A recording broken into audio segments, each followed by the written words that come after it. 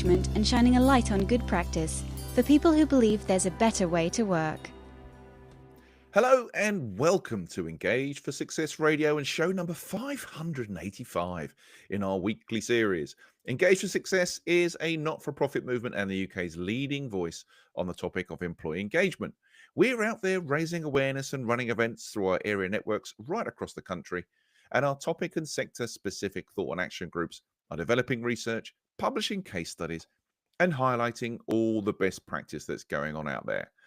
Now, to find out more, please visit engageforsuccess.org. And while you're there, why not sign up for our weekly newsletter so you never miss out on any of our excellent free resources, events, and updates. And I'm Andy Gorham, your host for today's show and the founder of BizJuicer, the employee engagement and culture change consultancy that helps growing organizations become stickier from the inside out by helping them attract, keep, and develop great people. Now then, today we're diving into the fascinating intersection of AI, talent strategy, and the economy. And we're going to explore how these forces are reshaping the world of recruitment and workforce planning. Now, businesses everywhere face a landscape that seems to change constantly, and many of us are still wrestling with some tough questions about the role technology will play in our future. And if we're honest, some of us are still a bit baffled by the whole thing. And so joining us today is Matt Birney, Senior Strategic Advisor at Indeed, who brings over 20 years of expertise in recruitment, talent strategy, and technological innovation. Matt, who is recognized as a global speaker on this topic, guys, is also known for his ability to simplify complex topics into actionable insights and practical strategies. Now, that is something that will be very helpful when it comes to today's topic. So, what on earth is going on in the merry world of AI right now? How well are we adopting it and adapting it to what we actually need it to help with? What's the real relationship between economic trends, talent planning, and hiring? And crucially, what should we really be doing to plan and hire more effectively as we look to the future? Matt, welcome to the show. Great to have you here, my friend. Thanks, Andy. Good to see you. I think I'm underplaying it when I say some of us are baffled by this whole thing. I'm really hoping you can shine some lights for us today. Before we get started, perhaps a bit of a better intro into you. Just give us a little bit about who you are, what's your background, and all that kind of good stuff. So I've been in the world of recruitment for, I think it's 26 years, Ooh. which is probably giving away my age a little bit there. But yeah, I mean, I've been in the world of recruiting for a really long time. I was there at the early days of job boards and have moved around from running job boards and working with job boards through to being the other side of the table and running very large, complex recruitment and change processes. Most notably at G4S, I was there for quite a long time when they were still the largest private employer in the world, so no small challenge there. And now, as you said, I'm a senior strategic advisor at Indeed, which means really that I am quite privileged. My job is essentially thought leadership. So, you know, I have to spend, and a thought leader is such a term to throw around, isn't it? Take it though, own it. Yeah, it's a funny one. You know, I feel a bit, you know, we all feel a bit of a fraud when we say things like that. But it is expressly my job, you know, to actually spend time looking at market trends, looking at technology, really trying to understand what's going on with employers, and then kind of sharing that on stage at events and doing things like this, PR and podcasts and all sorts of stuff. It's quite an odd job that I have, but I'm very privileged to have it. That's fantastic. It's nice that someone's out there actually thinking rather than just doing all the time. It's a nice thing. Let's jump straight in because I think there's a lot to cover here. I don't know how deeply or how much we'll get into it, but let's make a start. It does feel to me that AI is pretty much everywhere, but it seems particularly in that world of hiring, or maybe it's just who I'm speaking to at the moment. I don't know. I do feel at times though that I'm absolutely nowhere near understanding what's actually going on though. So what is going on in that world right now? What should I be looking at? From your perspective, my friend, what are the big things we should take note of? Well, if we look at the world of recruitment and HR at the moment, I mean, it's fairly obvious that adoption is here. If you look at the CIPD research from last year, It was, I think, 62% of UK HR leaders said they were either piloting or adopting AI in some form or another. Mhm. But there was only 18% of that 62% who said they'd actually integrated it into core recruiting processes. So there's obviously a disconnect going on here. And I think we are seeing people kind of going for the low-hanging fruit to an extent. And there's kind of, to an extent, nothing wrong with that. Because we do need to address those problems of where we are in terms of manual processes that should be automated, where we should be seeing change. You know, the things like sending emails, sifting candidates, CV parsing, writing job ads. All of that stuff is the kind of low-hanging fruit that we kind of expect everybody to do. Yeah. The problem is really that this isn't actually new. I've been talking about AI for over a decade. So this is not really any longer science fiction, but it is kind of spreadsheet logic with a bit of a god complex. And that's a little bit worrying, really. What we're seeing is that the infrastructure and adoption weren't ready in 2013, 2014. What's different now is computer power, user interfaces, have kind of made it real for people, and those models are out there. The challenge, I think, for a lot of people is knowing where to start. Yeah. It's actually knowing whether they've got the right thing in place at the moment. There are lots of low barrier to entry things that I think people should be using and are using broadly in recruitment. But we had a bit of, I guess, magpie syndrome in the world of recruiting. We always do, right? With people who like new technology a lot. Something shiny is great. Let's get Yeah, it. yeah, it's brilliant, and we all kind of rush out and we go, great, we're going to go and adopt this. And I think the adoption curve is really steep in the world of recruitment and talent more broadly. I think the problem is that the models that we have at the moment and the way that we understand AI moves so rapidly. There was initial let's all go and adopt stuff, but then it's kind of where do we go from here, I think, is the bigger question. And that's where we've seen some slowdown in adoption, particularly in the UK compared to other countries. You know, I talk to a lot of people who are in talent, employer branding, all sorts of things, and they kind of don't know where to go, and the overcomplication has become a bit of a problem for a lot of people. I spoke to someone literally this week who was telling me, and she works for a very large tech company, was telling me that she had a training tool that was sent out to her, which was how to use the AI product that they've got to go and help enhance her job. Great. The problem was that she watched the video and didn't actually understand what the video was trying to tell her. So she had to go back to their own internal AI tool to get it to decipher what the AI tool was telling her to do. And I think that's a common experience for people at the moment. That's mad. That's meta. That's the AI explaining what the AI is for to the AI. Marvelous. That is brilliant. Yeah, it's a bit worrying. I think, you know, the tech has actually caught up with the hype. The people part is the bit that's still playing catch up at the moment. And I think that speaks very much to the skills problem, and you know the fact that we need to look at how we use and shape and get the best from kind of AI. I wanted to ask you about that because, I mean, you've sort of just described the whole, just from the kit perspective, we've got people who've bought Ferraris and don't know how to drive effectively at the moment. So we've got that going on.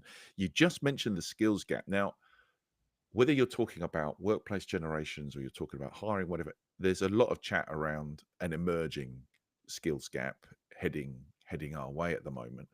Um, I'm going to ask some daft questions. Maybe is this gap real? I mean, have you got like insight to back up that this gap is going to be real, or are we looking at it from the wrong angle? Are we misdiagnosing what's really going on? And where does AI play a part in looking at the skills gap? Is it analyzing what's going on within businesses? Is it helping on the recruitment? I've no idea. These two things must come together at some point. Yeah, I mean, I think there is a skills gap, and you we've already seen some data around that. We had the CBI and ONS actually talking about the cost of the skills gap and retraining last year. So it was around about September last year. They identified something like, I think it was 275 million loss in productivity due to a skills gap. And that's kind of, it's not really going away. So it's not just a lack of skills, it's kind of more of a lack of strategic talent mobility and visibility. I think that's probably one of the problems that we have. The skills gap is kind of like an overwhelming force we can't really stop. And we've kind of locked our best troops to fight it away in the wrong part of the map, if you like. So we probably need to start rethinking a lot of the way that we look at stuff. We're over relying on CVs, degrees, job titles, that kind of paradigm that we've been working in for a really long time. If we take a job title and a job description and we kind of smash that against somebody who's got that job title previously and who sort of has that job description in their CV.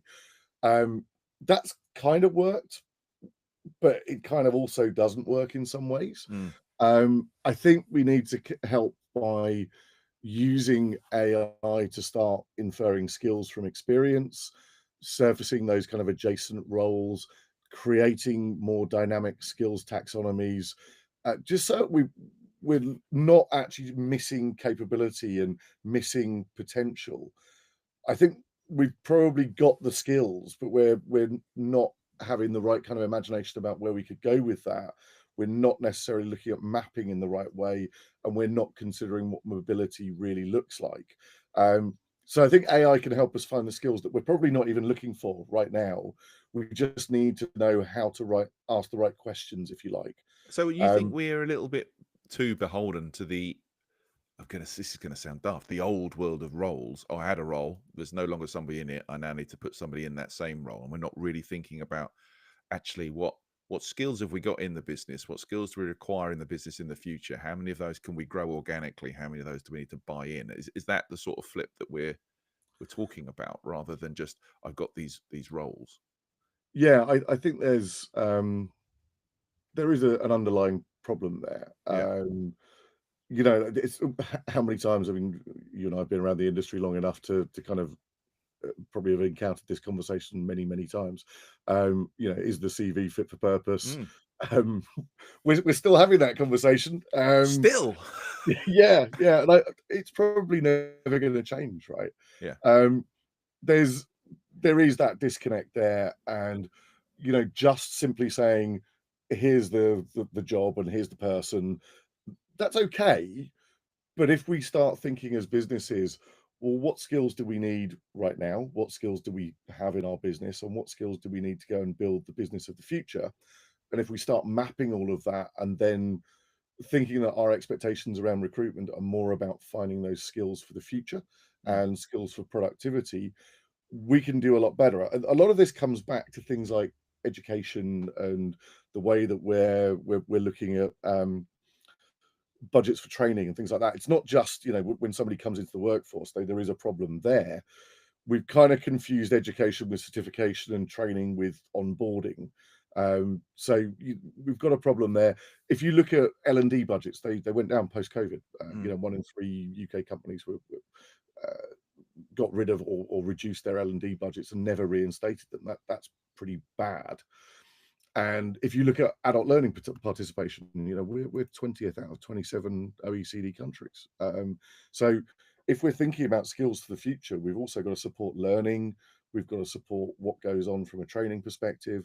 And as businesses, we kind of have to think about not just ourselves, but the wider community, the wider culture.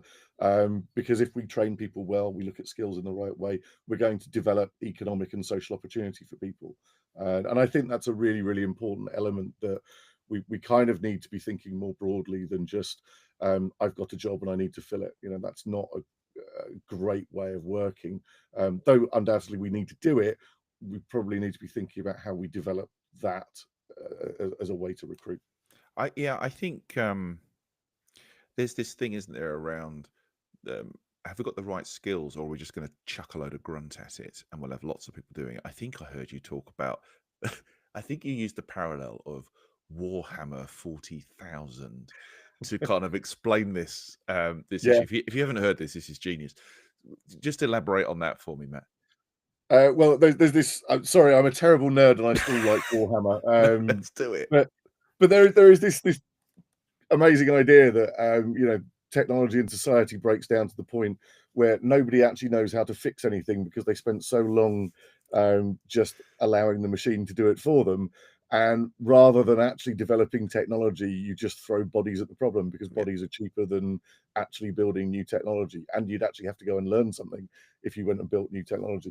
And it is kind of a worry, right? That's the GDP per capita problem.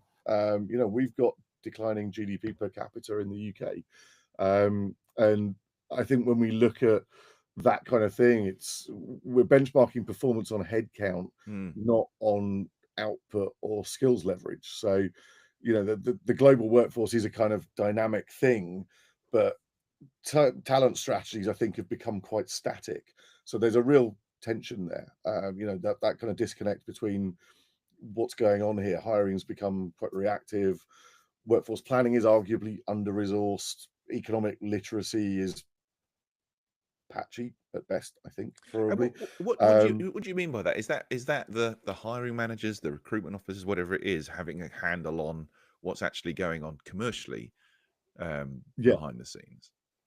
Yeah, I think that's something that I've spent years talking about, and I think the kind of economic illiteracy around the people problem is the kind of central thing here.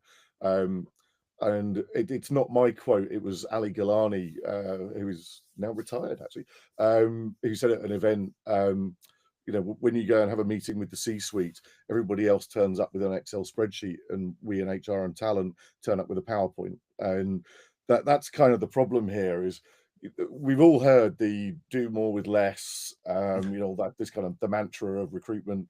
It's not really changed every year. I hear the same thing.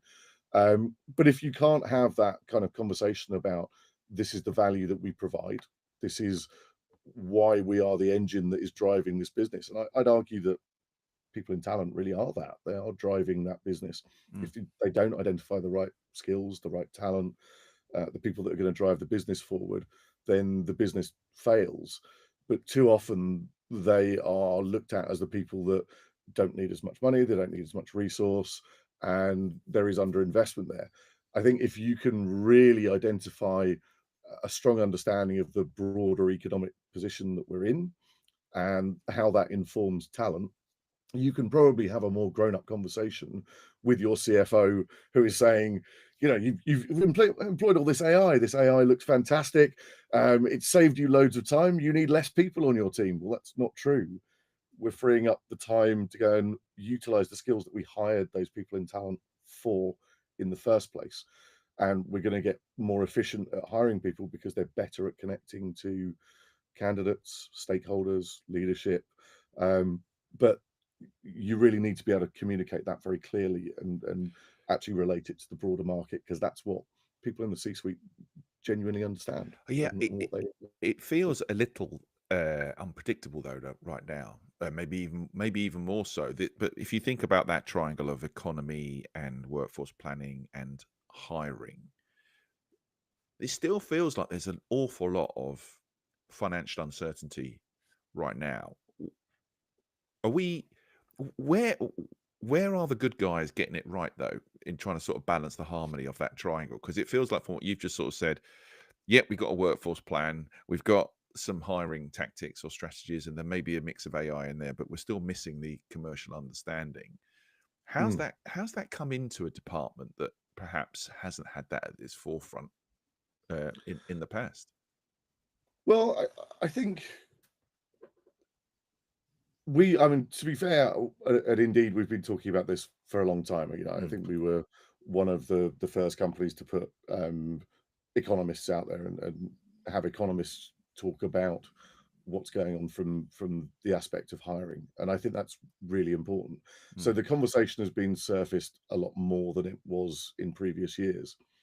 I think generally, if you talk to anybody, I think people are more economically and kind of socially aware than perhaps they were 5 years ago. And broadly, that's a good thing. I think if you look at the recruitment market, the volatility is probably the biggest problem Yeah. here.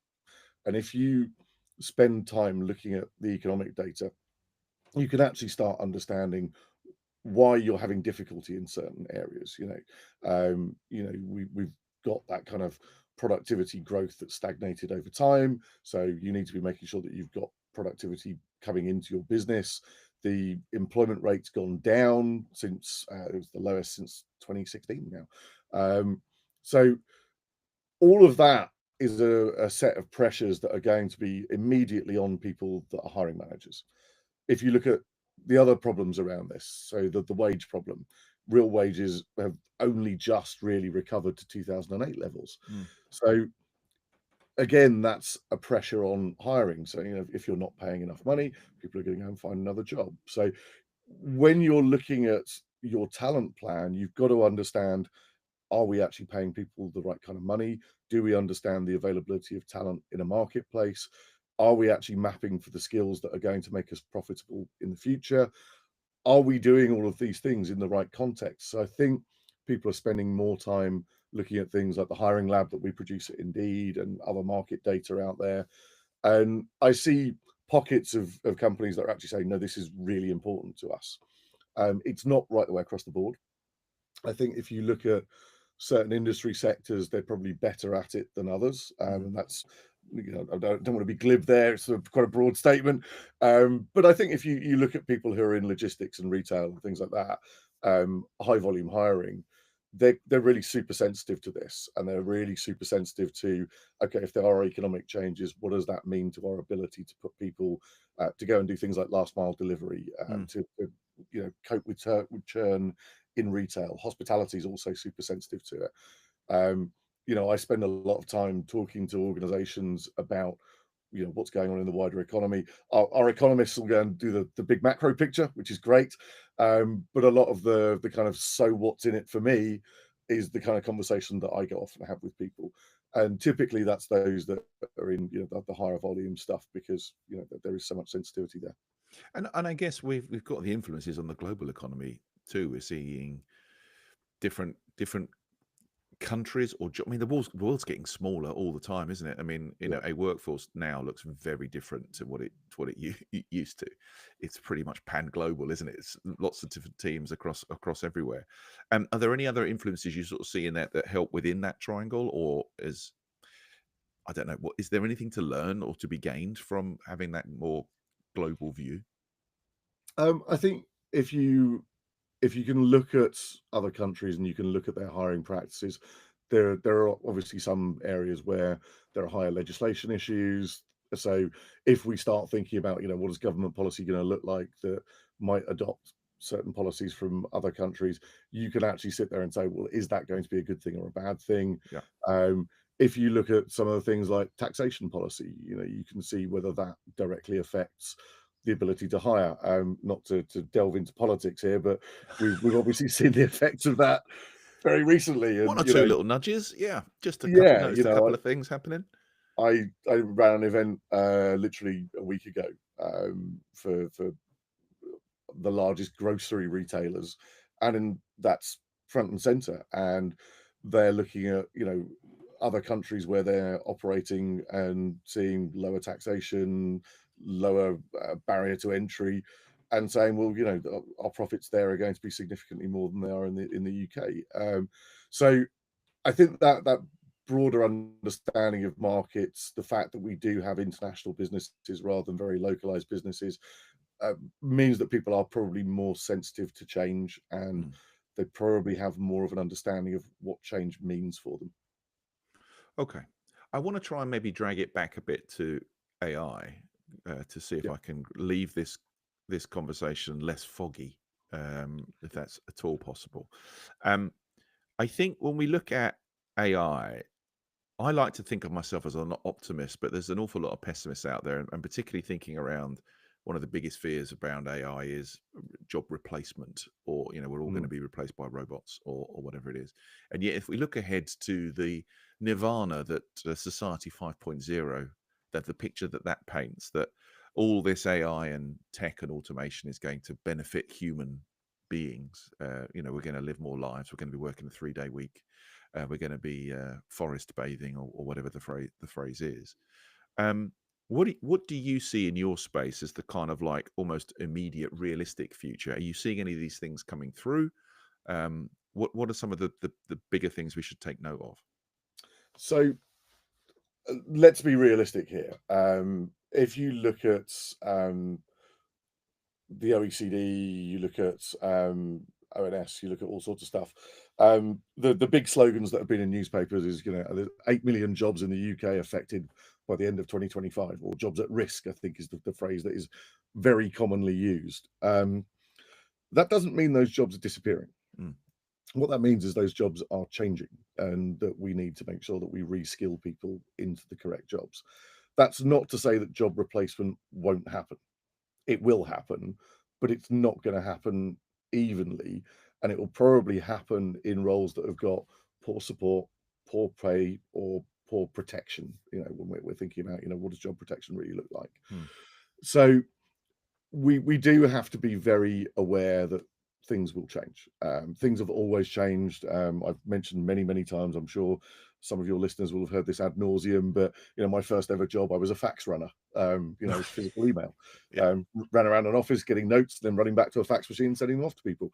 And when email came in, my job changed and it went away. But so that change has always happened. It's always been there. What we're seeing is the pace of change is probably coming much quicker. But what we're going to do is we will be automating the more repetitive tasks. We're going to augment more creative tasks and more creative thinking. And we're probably going to create new categories of jobs that we can't yet name. I think that's really important. There is the risk in that, AI doesn't take your job, is that the job becomes a bit hollow and you kind of wish that AI had taken your job because you're not really doing that much anymore. And that's kind of it's the content problem, right? If you look around the internet, there is so much AI content out there. It's almost overwhelming. You look at the amount of AI art that exists, and now AI art is training itself on AI art, and it looks more and more horrible. That's sort of what could happen with jobs to an extent. So there is a kind of creativity problem. There is a problem around what's really going to happen here. And things like Society 5.0, it's a great blueprint, but we've got to stop pretending this is automatic. It's not. It requires work to do this. And I think AI won't remove humans from the workforce. It will probably force us to prove that we're worth keeping. And I think if you circle that back to the kind of recruitment thing, this probably exposes where we had a broken system in the first place. It's probably not going to change the system, but it might go, have you realized how bad this was? And, I'm not going to tell you how to redo it, but it's surfacing that you're doing things poorly. The example that I use a lot is if you've got one recruiter who can fill 500 recs and another recruiter that does 350, the current paradigm would probably be that the person who does 500 gets kept and the 350 person you probably exit. Well, the 350 person might have all of those people stay for 3 months, 6 months, 5 years. Probably you want someone who can get people to stay a year to 5 years. Great. That 350 person does that. The 500 person gets people to stay for 3 or 6 months and then they exit.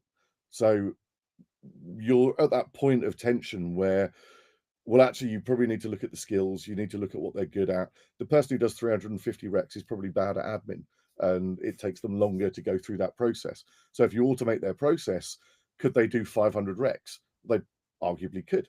Is the person who's doing 500 recs doing a good job? Well, you need to go and look at their skills, and you probably need to start repositioning what they're doing in that job. So this is, I think, the really important thing that we should be recognizing now is that there is going to be a process of change, but we really have to work at it. It's not going to remove humans from the workforce en masse, but we need to make sure that we're keeping the right people in the right jobs. We're moving people to other jobs where they might be more effective. It's probably where we need to be. That's a wonderful little summary at the end of this show, because that's the quickest 30 minutes I've had in a long time, Matt. That's amazing. Thank you so much for coming on today and sharing your considerable insights. And it's been really eye-opening to explore this for me personally from another perspective. Just before I sort of say goodbye and let you go, if people want to find out a bit more and find out a bit more about you, where should they go? Where can they find you, Matt? Well, I'm a terrible lack user of social media. And I'm available on LinkedIn. That's probably the easiest place to find me. So yeah, connect with me on LinkedIn. I promise I will start posting some content again. I don't think I've posted anything this year, which is a bit worrying. You've been Posted busy. lots of articles, but yeah, I kind of the whole social media thing is another conversation for another day, Andy. Another day, my friend. Another day. Listen, thank you so much for coming on. Really appreciate it, Matt. And that's all we've got time for today, folks. So don't forget to visit engageforsuccess.org to check out the show notes and explore all the fabulous free employee engagement resources that we have there. And while you're there, why not download or stream any of the previous shows at your leisure? We'll be back at the same time next week. I'm Eddie Gorham, and thanks for listening to Engage for Success Radio. Engage for Success Radio, raising the profile of employee engagement and shining a light on good practice for people who believe there's a better way to work.